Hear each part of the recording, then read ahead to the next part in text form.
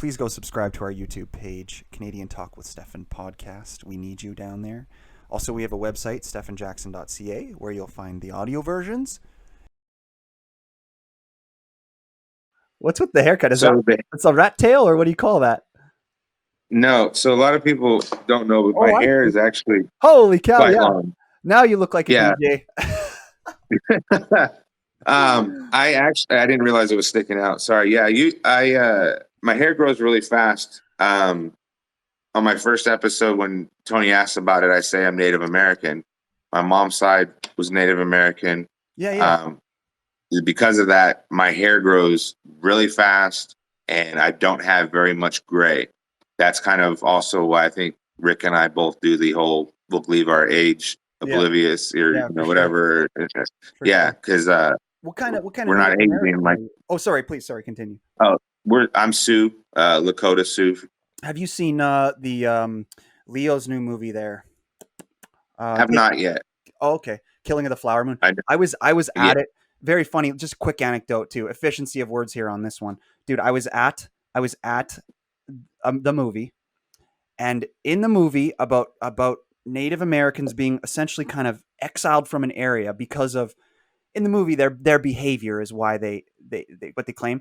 I was in a movie theater where a Native American guy was like drunk and fell down the stairs and then got kicked out of the movie theater to watch the movie on the exact same thing. Like it was like a theme inside of a theme. You know what I'm saying? Fucking crazy. I was at the movie and but a lot of Native people, but yeah, one guy wasn't doing so well. And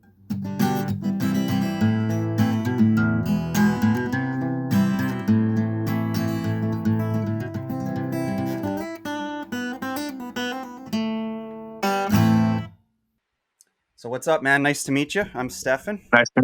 Nice to meet you, brother. Yeah, I have a little podcast here that I like to do. Thank you so much for for agreeing to have a little phone call with me today. No problem, man. Yeah. How was your day today? Not too bad. Just typical day, running some errands. Actually up a little earlier than I normally am. I actually sleep during the day, and I'm up from usually like 4 to 6 p.m. basically here, and then I'm up all the way until 8, 9 o'clock the next morning usually. Oh yeah. So I maybe could have guessed you had a strange sleeping schedule. You're tired. You're a lethargic fella. So a little lethargic. Sometimes you have to be careful what your friends give you to eat before you decide to sign up for Kill Tony. There you go. Exactly. So here, let me just do an intro here. You're ready to go. You're comfortable. You're good to go. Yeah, I'm ready, man. Mic's working. Okay. So yeah, here we are, everybody, for another episode of Canadian Talk. Episode 79, probably. We've got another comedian on the show today, a guy I've been following for not so long. You have been a comedian for a little under a year, correct? Yeah, I'm just coming up on the 10-month mark, to actually be honest with you. Okay. His name is Ty Marion. I assume that's your full name. It kind of sounds like a half name. But so you have dates coming up for your stand-up on the 14th, 17th, and 22nd, correct? Yes, currently, I have Valentine's on the 14th, Zombies on the 17th, and then just Fort Worth. The Fort Worth is a new announced date. Getting some of the details lined up here. Sounds like it's going to be an exciting card. Some of the people that I know that are on the lineup are people I like personally, so pretty excited to be up there for that one. Oh, very cool, very cool. So, so I got you here mostly because, you hadn't been doing stand-up for very long, but I was quite amazed by how good you were at it. And I was very curious, about you and what, because you're one of those people that I feel like you had a life change. Like you were doing one thing, from the shows I've seen you on there, Kill Tony. And have you ever done any other podcasts, if you don't mind me asking? I have one that I do myself, which is kind of a satire podcast, where I intentionally am using things to make it look very amateurish. Like where I've actually, some people that know the behind the scenes know that I'll stick a fan that blows into the green screen so that the green screen will move, and sometimes it'll make me blend in or fade out. I intentionally grab like random videos that play behind me and I don't preview them. So there's like one of the episodes, like some people keep pointing in the background and I play with it. I use a really crappy microphone. It's actually the Rock Band microphone from the video game. Oh my So god. sometimes you'll actually catch the logo on it. Like I do a lot of things on there very amateurish, still staying in kind of like a characterish where I don't break too much. I won't laugh. But it's very impromptu. Sometimes I'll create some AI stuff that I know topics I want to go into. But then once I get there, most of the time it's just completely improv, just freestyle, 45 minutes to an hour. Oh, very Um, cool. I'm sorry, I but didn't. yeah, Yeah, I'll just interject quick. Sorry, I wasn't aware of that. I hadn't found it on the internet. What's it called? it's called the Ty Rants Podcast with Okay. Ty Marion. Okay. It's on my YouTube. It's youtube.com/Ty Marion. Awesome. Um, yeah, so yeah, Cool. Yeah. No, I hadn't caught any of that. So now I feel pretty under researched on your podcasting. it's all good. How many episodes have you done? I believe only three because I had this idea to do it for a while, and it was kind of similar to what I am doing now.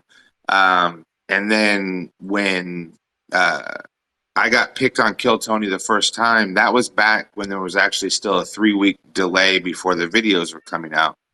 And I was approached by a group that came to me and was essentially going to try to create this little umbrella of people that were new to the Austin comedy scene, but that were going to be growing and had this, potential about them to, that if we got on Kill Tony, things were going to change. So right about this time, they came to me, and each person that was going to be under the umbrella had like something that was going to be theirs. There was a couple that was going to do a cooking show. There was another guy that was going to be behind the scenes on what he does with his daily work because he has a um, very unique sales types of job where he's like one of the top breeders when it comes to exotic reptiles and stuff. Okay. Um, and then, so with me, because they thought, I really could just wing it, and not have to come up with anything specific, they asked me, would you think about doing a podcast? And I was like, yeah. I pitched them the offer, and it was kind of like this rush to get the first one episode out. And so it kind of forced me to be on some of the aspects a little more amateur looking than I wanted it to be.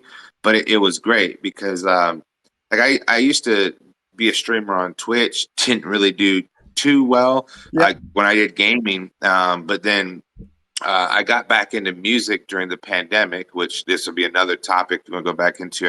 I'm a former DJ, which Yes. I do mention that in Kill Tony. Yes.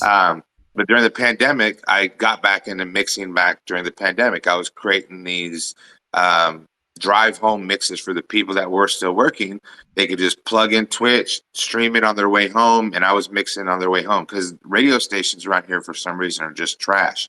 So Got it. unless you have a satellite radio, you're not getting anything good. Yeah. So it was fun. I was getting a lot of viewers, but because everyone was driving, there was no engagement. So I'm looking at an empty chat, even though I'm having 60, sometimes 90 viewers that are in this thing listening, Yeah. but most of them are driving home. And it's just Yeah. like, dang. And so it was fun. But yeah, I set up great scenes and all this different stuff. I have, a lot of experience with OBS and stuff. So it's Oh, funny cool. to create a podcast that's one cut. Like I don't go in and edit it. So whatever you see is what you get.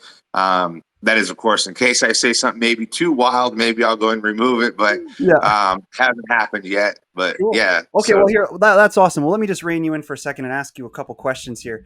I can definitely see that you're very good at that at talking in the long form style. Like it seems like you've been doing it for years. So like basically, so you Twitch. What video game? No, you don't play video games. You do it just for your DJing, right? I used to play video games. I still play video games. I just don't stream it anymore. It was just like your numbers were just really low, and it was always like the most popular game anyway. So unless you're like Okay. one of these amazing players, you Yeah. weren't Yeah. going to get anything out For playing sure. NBA 2K or playing Call of Duty stuff. For sure. So, my burning question for you is boredom. It is the scourge of us all. We all need to find ways to keep ourselves occupied in this life. In this emptiness, vast emptiness, we find things that will stray us. And what we need elegance in our lives. So we all find this in a place that we can find it together. Podcasting. An environment where everyone is together. We can talk, share ideas, be happy. Podcasting. Let's all share together. Please go and subscribe to our YouTube page where you can find the video versions of all of our podcasts. Also, shoot us an email if you want at Canadian Talk with Stephan Podcast at gmail.com. So what did you do for your life up until you decided to switch to stand up? What inspired you to switch from your life from before to stand up? If you don't mind giving me a little story on that. Uh, I've always been into stand up, to be Okay. honest. I remember watching the Friars roast with my grandpa, like with Don Rickles and stuff like that. And my family on my mom's side is all that kind of way. They all talk trash, and that's their way of showing that they love you. You know, if they're not, ribbing you a little bit, then they're not really, care. Um, all my life, I've been told by not just family, but friends, coworkers, have you ever thought about stand up? Have you ever thought about stand up? You kind of just think it's just some type of a dream. It's never you're never going to have that opportunity. And then now it's about a year and a half ago, my stepfather passed away. And Ooh. kind of during that period of, transitioning after losing him, it was one of these things of he was always pushing me to go do something. He would always tell me, go to Hollywood, become an actor, go to Hollywood, do stand-ups, do something. And after he passed, it was like, you know what, I got to try it once. Yeah. And I realized that my Facebook over the last decade, 15 years, is just, I don't post a lot of stuff, Yeah. but it was just one liners that I would come up with, like Oh yeah. random stupid stuff. And Yep. so when I first wanted to get into it, I'm like, oh, let me just go through my Facebook. And it was like, oh, crap, here's a bunch of material that I have right away. Bingo. And so, yeah, after he passed and I kind of got through the grieving process, I knew it was time to go out. I went out a couple times, watched open mics, kind of just more hid in the background, didn't talk with anybody, anything, kind of took the notes that I needed to, went home, studied a little bit more. And my second open mic that I ever did was at the Comedy Mothership. Wow, very cool. So a couple of questions I have right off the top would be like, and I know a new comic would want to know this. I know that I personally struggle with this. Like, I mean, before this podcast, right? Like, I puked. I was like, what the fuck? Like, I don't know. It might have been the bad wrap that I had. I had a shrimp wrap that I had left sitting out all day yesterday, so it might have been that. I've also been drinking and smoking weed all day. It might have been that, but who knows? I do that every day. So, so I personally have problems with. So, how do you get over the nerves? Because you, in particular, another reason why I particularly thought you had a great performing ability is you're so calm up there. Do you just kind of hide the nerves, or what do you do with the nerves? How are you able to manage that? I don't really get nervous. Wow, wow. It kind of goes back to probably being the DJ. Uh, it's one of the comments that I did make in kind of on the in the fly whatever during the interview on the 641 episode with Howie Mandel. Okay. Um, but I did massive shows. I opened for big names at different times where these comedy clubs, no offense, so it's perfect for what they're doing. They're not seating more than 350 in there. Where I've done clubs on weekends where I'm seeing thousands of people. Hmm. Um, I've got the whole everybody usually says, well, it's two different things. And I say, absolutely. I can stumble through a joke on stage and gather it and still finish it because I know how to get to where I'm going with that finish line. And nobody can tell in there because they don't know what to expect. That's the best thing with comedy is they don't know what's coming. Yeah. But if I'm playing music and I mess up one beat, everybody that's in there, including the bartenders who are taking drinks or subliminally listening to in the background, hears and goes, "What the fuck was that?" Yeah. No, So like because your cat. everybody knows Sorry to interrupt. Yeah, like what's your cat joke comes to mind when I think about that. Do you mind if I show you my cat real quick? I got a really cool cat. Do you like absolutely. cats?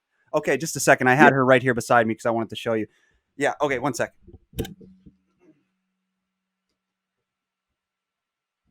So I feel like podcasts nowadays. It's good if they maybe have like a mascot or something like that. This is a Hmm. Canadian Sphinx cat. Oh hell yeah! Yeah, you ever seen one of those on like they're mostly on the cat shows. They're pretty popular right now, but Yeah, Pretty awesome cats. They don't grow any hair, and they're very cuddly. yeah, Can you hear me right now? yeah. They're Say very. what?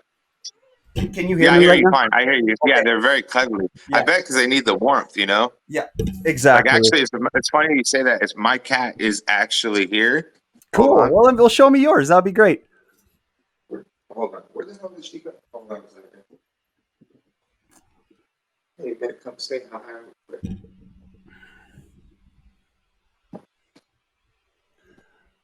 Oh, that's a nice So, cat. yeah, Wow. she was just sleeping right now, so she's a little angry. Sorry, Yeah. baby. Say hi. Yeah. She's got her angry eyes on. Okay, yeah. So back Yeah, to it. Yeah, sorry. just your explanation of your jokes there reminded me of your cat joke, and so yeah, you've done Kill Tony twice. I have a couple of major topics here. We're rolling. I got a couple of major topics here. I just want to hit before we freaking run out of time or something.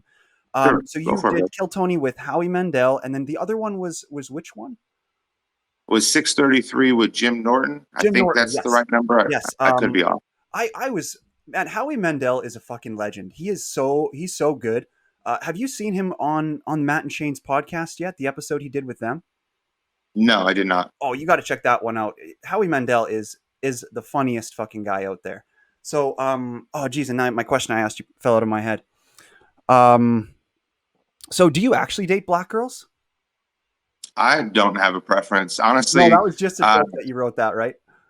yeah, I'm actually like, I really am. I like actually like Mexican chicks, to be honest, living South in South American girls. Texas. Hey, well, I'll tell you this right So, I now. mean, I mean, Latinas, yeah, I mean, whatever you want to call for them. sure. Hey, that was my original weakness was Latinas. And then I feel like, and I don't mean to generalize, but I maybe ran into a bad egg, but like sometimes they can be a little fiery, if you're not, Yeah, yeah. But then, I mean, I've also recently had some experience with black girls as well. And they, same thing, but it is what it is. Like there's yeah. definitely benefits to those other negatives that are, so they're undeniable.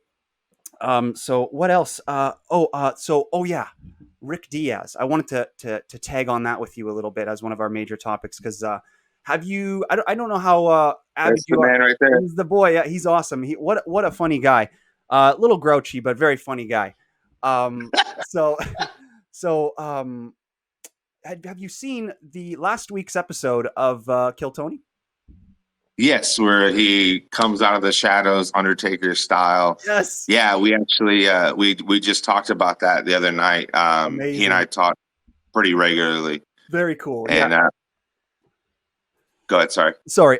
Yeah, that was very cool. I thought like they couldn't have done that any better, and I liked the way that they addressed it right off the hop, like right off the top. Obviously, Hans Kim starts, but like they could have gave it a week, but because of the movement towards Rick Diaz kind of winning over the judges and really, if you look at it objectively, having the better jokes in that contest, I like that they had to address it right away because the reality is by the current because they set the new rules on last episode, right? They got new rules. It's going to be 2 minutes. The audience is going to be worth one vote, and each guest judge and Tony and Red Band are each going to be worth one joke or one vote rather. So it'll be like a proper voting thing. But by that logic, Rick won the first one, So I uh, I can tell you being there in the arena, yeah, the pop for Hans was definitely louder. And if fair you're enough. going, Fair enough. But if the that's vote because with the he's a long crowd, term guy on that show. I think that's what I think, and obviously everybody else on the internet thought the same thing. Was that the guest comedians should their vote should count as one that's equal to like the audience noise should count as one credit towards your victory, and then each guest judge one more credit or whatever. You know what I'm saying? I think that's mhm, what they're doing anyway. I think that's what the plan is. yeah, Yeah, very yeah, cool. it was this I believe, and I could be off on the timeline. That was actually Rick's last Monday that he was here before he went back to Brussels. Um, it really wasn't planned out too far in advance, and they kept it hush hush for, I mean, everybody. Because after I saw it, I was like, holy shit, I messaged him and we were texting, and I was like, you didn't even like leave any hints that any of this happened before you left. And he was like, "Oh, I wanted to give you everybody this one little last surprise, when I was gone, And so Yeah. like he didn't tell anybody at all, like even the people that he's probably closest with here. Yeah. So it was just like, holy shit! It was great Yeah. to see that What a interaction. class act too. I think he did a great job from shifting the energy of the whole thing from being kind of uh, confrontational to like away from that, which was I think was a good call. You know. Yeah, we joked with him because Tony Hinchcliffe loves professional wrestling. Rick doesn't really. He understands the theatrics, but he's not a huge wrestling fan. But I was like, dude, it was almost like a double heel turn where you went from the bad guy to now the good guy, and Hans has switched just on that one episode of how you guys acted after the fact. Exactly. Um, 100%. I couldn't agree more. yeah, I the night of the battle, I saw Hans later that night. I went up to him, congratulated him for great job, everything like that, and we and him talked briefly about stuff going on in Austin, and I could almost see that even in between that time when he was leaving to 2 hours later, he may have already been started getting harassed and bombarded with messages, all these different things. I've seen him since. It's not like it's weighing on him or anything. He knows May's May. It's going to come up. I think they're both just kind of in this position now that it's great. It's great hype no matter what for the show for both of them. There's no losers in it no matter what. For sure. There, yeah, I think it's a great setup. Yeah, just like pro wrestling. So, and if it's okay, I'm going to circle back to kind of like your story because we kind of got a little bit up in the hyperbole there rather than sticking right to the Yeah, reality of your. sorry about that. I was hoping to. No, no, this is what that's. I like it. I like it. So so the personal shopper thing? Is that still a thing you do? What was your life like before? Like, what was your job that you had, and then what inspired Uh, you, as well as who's your favorite comedian? I'm very curious. oh man. I kind of want to know Okay. what jobs you had. If I could be more specific, because what jobs did you have, and did you go to uni or anything like that?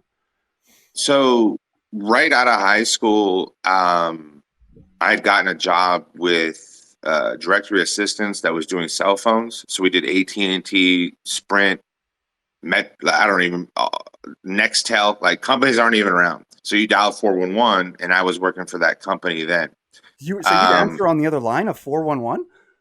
yeah, and it'd You're be with a 411. lot of it's yeah. So a lot of it was actually people would call in. The intro's all recorded. So when you called in, it was like, "Thank you for calling Sprint PCS. This is Tyler. What city and listing, please?" That's already Oh, recorded. So I'm just Ty is not your name. It's your name is Tyler. yes. Fuck, I knew it. I knew it. I didn't actually know that, but now I that was Yeah. oh, sorry. Continue. Sorry. No. Sorry. Yeah, that slipped. Um, yeah. Obviously, I heard it so many times that's still in my head. You know Yeah, what I yeah. mean? It's But I torturing would you. hear the recording, they say it, and then all I would be like, thank you, one moment, please. And out of high school, I was already typing like 90 words a minute because I started teaching myself like HTML coding. And I'm only going back to this because this is somehow of where like how my comedy sense comes from. I taught myself HTML coding in high school because I was playing this role playing wrestling game online where you create a character and you're just this mouth and you're in this forum where you're just talking shit, running promos on people. And I'm doing this. And then after I'm playing it after, for 2, 3 years, because I wanted to like spice up the post, I wanted to drop images. I wanted to throw all this shit in there.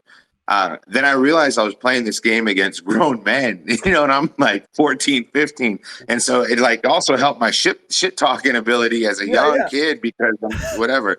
And so anyway, I learned how to type really fast. And then so I was doing that job and I was getting in trouble because I was so efficient at the job because I type so fast. They're like, it looks like you're hanging up on people. I'm like, Mm, why? And they're like, because you shouldn't be running through those calls that fast. mm. So I kept getting threatened to get like thrown out, and then I fall into the club life. I go out having a good time. And I worked for the club business for a while. I got out of being a DJ when I was 26. I was a resident by the time I was 19. So I ended up Oh, leaving directory assistance because I was making money from promotional work and DJing, and then just kind of odds and end jobs in between then. gotcha. Um, Yeah. So So went pretty from there. simple. Yeah, pretty simple journey. Sorry, continue. Yeah. So went from there. Once I kind of was getting out of the DJ stuff, or I wanted something with benefits or whatever. Mid 20s, I got into call center work. I was a supervisor with Time Warner Cable, which is Spectrum now. Um, Cool. did that for a while. And then I was a commercial insurance broker for a while. Oh, I knew it. Okay. Uh, Yeah. So you got that. That's where you developed your talking ability and you got that salesmanship ability. Salesmen always make such great comedians right out of the gate, you know? yeah, when we were the sales work, the guy I was working for was not very personable, so I had to be his mouthpiece. He was autistic when it came to insurance, nothing else. And I just mean it because he could look at something and, he'd Rain Man off in his head and look at me and give me like this sign of like he already knew how much money we could save him because we're just familiar on the rates that we were getting. Gotcha. And so my job was to entertain them, get them to like us, and just because he was going to be business, business, business, give me the money kind of thing.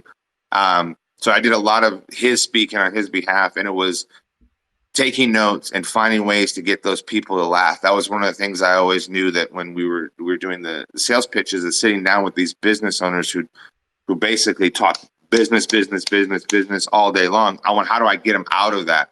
And so I would get them in this more loosened up, comedic, Nice. whatever. And so it was a lot of, basically crowd work at that point. Yeah. And then because my boss was so neurotic and weirdo, I'd come back to the office and have everybody in the office laughing while I would explain the bullshit that I just had to go through with on the trip while, the weirdos over there, dancing to stupid music because he's like, Awesome. I know I'm getting a sale. Awesome. And so, So you've always been pretty successful, hey? And it seems like you're a pretty smart. Are you fat? Do you feel like sometimes you're not really that, you might have a hemorrhoid, but you're not really so sure? You need to do things to entertain yourself so that you're not always kind of scratching at your butthole and stuff. See, your roommates, they're going to walk in on you. They're going to see you doing things that you shouldn't be doing. You need to make a change in your life so that you just don't become a goblin. You don't want to be a goblin. That's why there's a community. The internet has created a community. It's called podcasting. It's here for all of us. It's here for you. It's here for me. Come and see. And then there will be 3. Bring your friends. They can join too. And we will have lots of fun. Thank you. Check out a podcast. Please go and subscribe to our YouTube page where you can find the video versions of all of our podcasts. Also, shoot us an email if you want at Canadian Talk with Stephan podcast at gmail.com. Smart guy, like a computer, kind of like almost like a computer scientist in a way who just went rogue. Like, that's pretty sweet. So who is your favorite comedian? um, I think, obviously you can go with like the greats that are out there Yeah, and, whichever level you want to pick. Like, if you want to go, I get sometimes a little bit annoyed by, just picking the greats. Like, you could tell me each level if you want, like who you like out of the greats, yeah, who are some well, cool mid yeah, grades, and who are some up and comers. Do it that way if you want. It doesn't have to be a one parter. perfect. I think because of like what I grew up on, and this is kind of like inside of a bit that I'm working on, and I'm working on it for a specific show. As a kid, when I was growing up, we had TV cable. And so the late night, if there wasn't any type of a dirty show that was on, I was watching comedy. And so I was always watching Def Jam and all that kind of stuff growing up, Comedy Central, even like the half hour specials. So growing up and seeing him, because he's just a little bit, older than I am, Dave Chappelle to me is still up there. I don't care about all the controversy, everything. Growing up, seeing, to where he is now, he's my up there. Um, I think that I like styles of guys who uh, I don't say I mimic, but I take things from that I like. Mm-hmm. I like Anthony Jeselnik. I'm a big Harlan Williams fan. Seeing this episode, Oh, you might be able to see some of the stuff that I do that's more him, where it's like like saying it and then not really realizing the stupidity of what I just said, kind of thing. yeah. Um, huge. I'm a huge Harlan Williams fan. Um, and then I think up and comers in this Austin scene, there's so many that I think that once the outside world starts realizing when it comes to the podcast and the production of stuff that we're doing, that it's going to start rivaling the people that are doing out, stuff in LA or New York, the people that have the bigger podcast, and I don't saying that the YMH studios isn't huge down here, but they're already their own fan base. But when you see some of these other guys and girls that are coming up, there are some here where you're going to be blown away on their writing capability, how off the cuff that they are. Um, I think that Austin has a girl that's up and coming, Ryer Cameraman. I don't know if you've seen or heard or anything from Yeah, yeah, her. she's the trans girl, right? Trans, or however you say that. Yeah, right. I've seen her. She's pretty good. I'm not sure if she's Oh, trans. she's not trans? Oh, sorry, or I'm whatever. not Yeah, like Okay. because I mean, I did a show one time, and when I was bringing her up, I was just hosting a show, and I was like, "Oh, here she," and then I was like, "Shit, I don't," and I kind of was like, Yeah, "What are your pronouns?" Kind of messing yeah, with her. And yeah, she's like, yeah. "It's she." Um, yeah, she's phenomenal though. Like I've seen her from skit writing that she does to watch her at a play, sit there and like was looking around, finding something, writing something, and went up on stage and performed it for, it's an open mic. She was testing it and it was like, holy cow, this is what you just literally wrote when I saw you do it. And this how you're testing it. When you get it polished, it's going to be insane. Um, I think some of the guys here that everybody knows about, obviously, we have Cam Patterson, David Jolly, all these Orlando boys are here now. Um, we've got a lot of people here in this Austin scene. They're gonna pretty soon pop off. I For think sure. everybody also knows about Casey Rocket. Obviously, Oh, I love he's him. Yeah, I love him. I like his harmonica bits. They're so funny.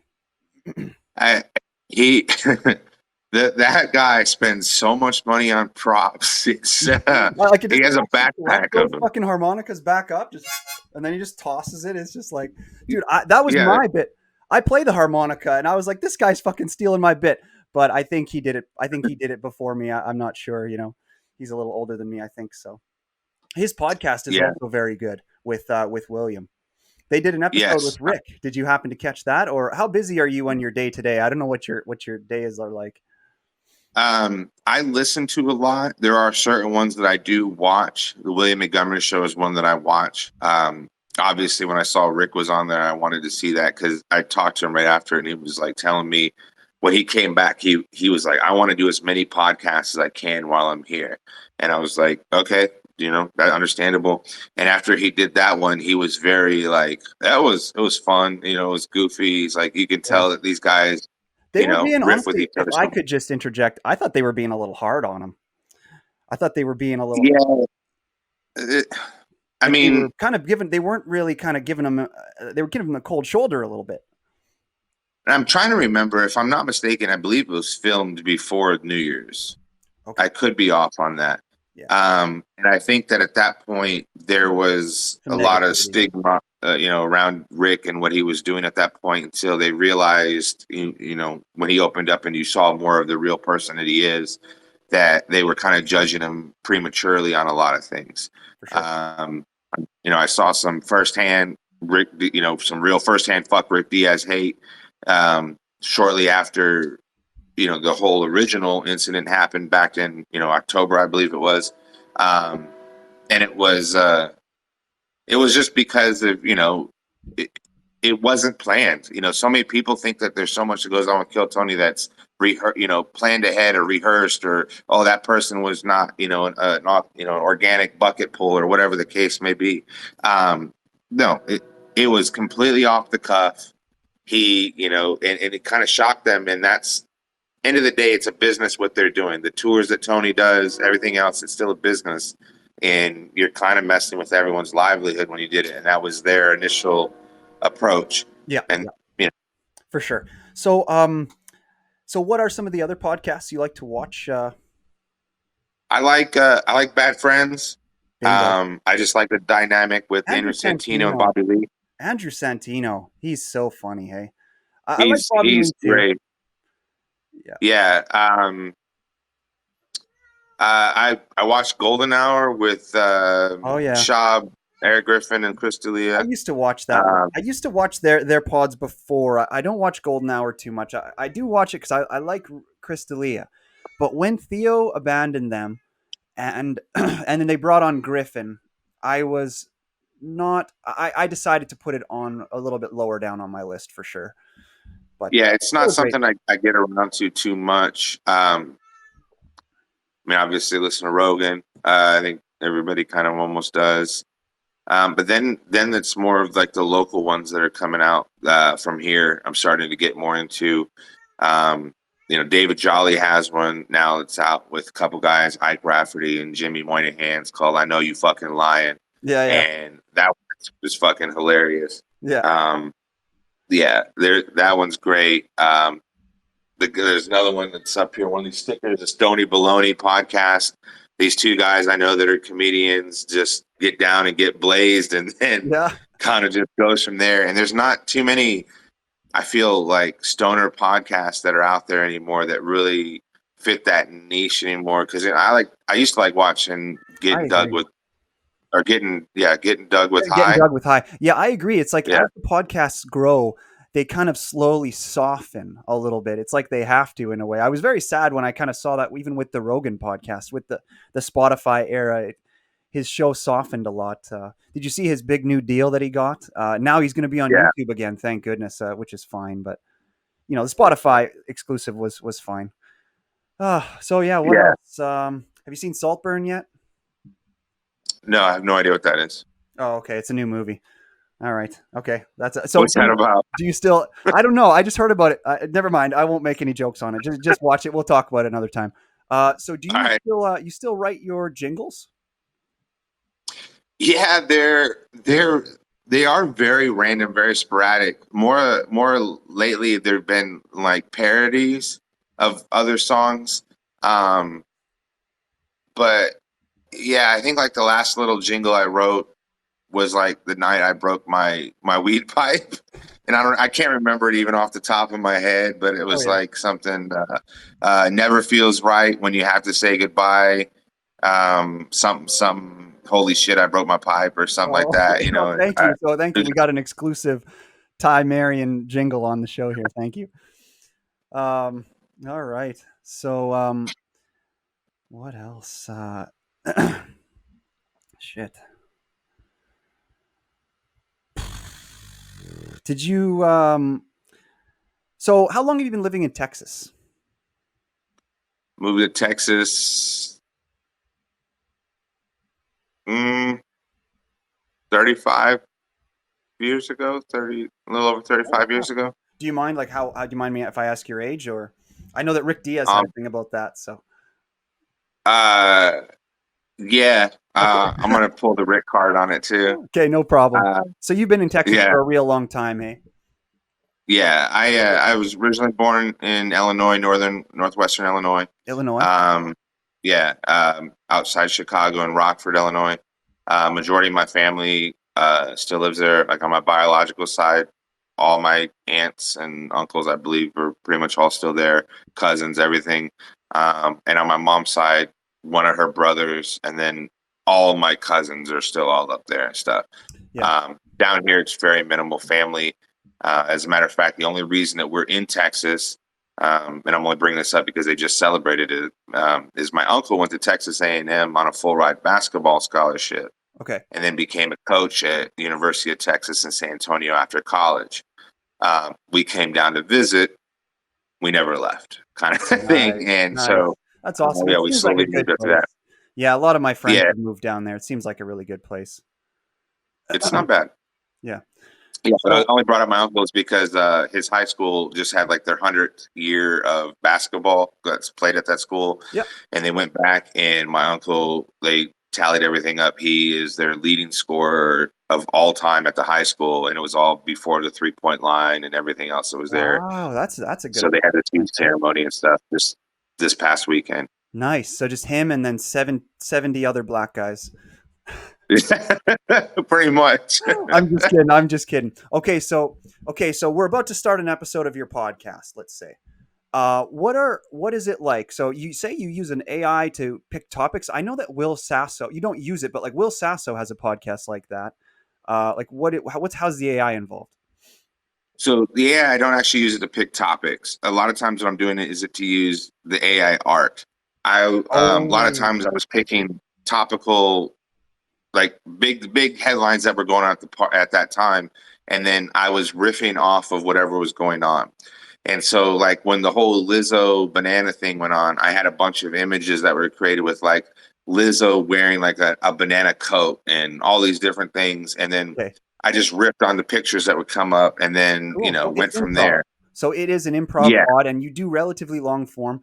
That's awesome. That so you're hitting like I think that those are. I'm kind of like protective of podcasts a little bit, and I do feel like there's a lot of people out there who make them who don't understand what they are. Do you know what I'm saying? Like Hmm. there is a few things that it's like you can't just be like that's wood, but it's fucking metal. Do you know what I'm saying? Like with a podcast, if it is not entertaining, if it's not personable, if it's not so by the way, I'm giving you like my things that I think a podcast should have. If it's not personable, like you have to be a trustworthy individual source. Like if you have five dudes sitting around, that I just there's all these things now that are happening with pods that I'm I'm not so happy with. But I guess at the end of the day, I do just care about the growth of the industry. But I believe that if it gets too far away from what it's supposed to be, we might lose our growth because it has to be a trustworthy source. It has to be an individual. They have to be genuine. It has to be long form or it's not genuine. You can't be genuine if you're not talking for a long time. You know what I'm saying? Like that's Hmm. what I love most about this might be a reference that you won't get at all, but like have you ever seen the podcast Joe Rogan with who's that famous right-wing guy? Steven Crowder. You know who Steven Crowder is? Have you ever Yes. seen a Joe Rogan experience with when Steven Crowder came on? I think I've seen majority of the clips, Okay, because they do get heated sometimes they between get the heated. two. They get heated because the reality is Steven Crowder is like a smart guy, but if you sit him down for 3 hours and you trap him in a conversation, his pill addictions come out, his Adderall addiction, and then you start seeing what he's actually like. Like when I saw that his wife left him, I was like, yeah, it probably makes sense. Sorry, I'm probably being a little bit too mean here, but I don't love Steven Crowder. I don't really like him as a podcaster. So I'll yeah, make sure we tag him so that he can watch this clip. yeah, yeah, exactly. All right. Well, I think we got an episode today, man. Thank you very much for your thoughts and your time. No problem, man. I I appreciate you taking the time out too, brother. Yeah, I hope we can do this again sometime. I'll be watching your growth in your career. I'm sure it's going to be like a rocket ship, man. You're amazing at stand up. One of the best I've seen out there. And yeah, thanks a lot. I appreciate it, brother. Thank you. Okay, that's another episode of Canadian Talk out. Please go subscribe to our YouTube page, Canadian Talk with Stephan podcast. We need you down there. Also, we have a website, Stephanjackson.ca, where you'll find the audio versions. As well, you can email us if you got a question or anything you want to see us talk about. Canadian Talk with Stephan at gmail.com.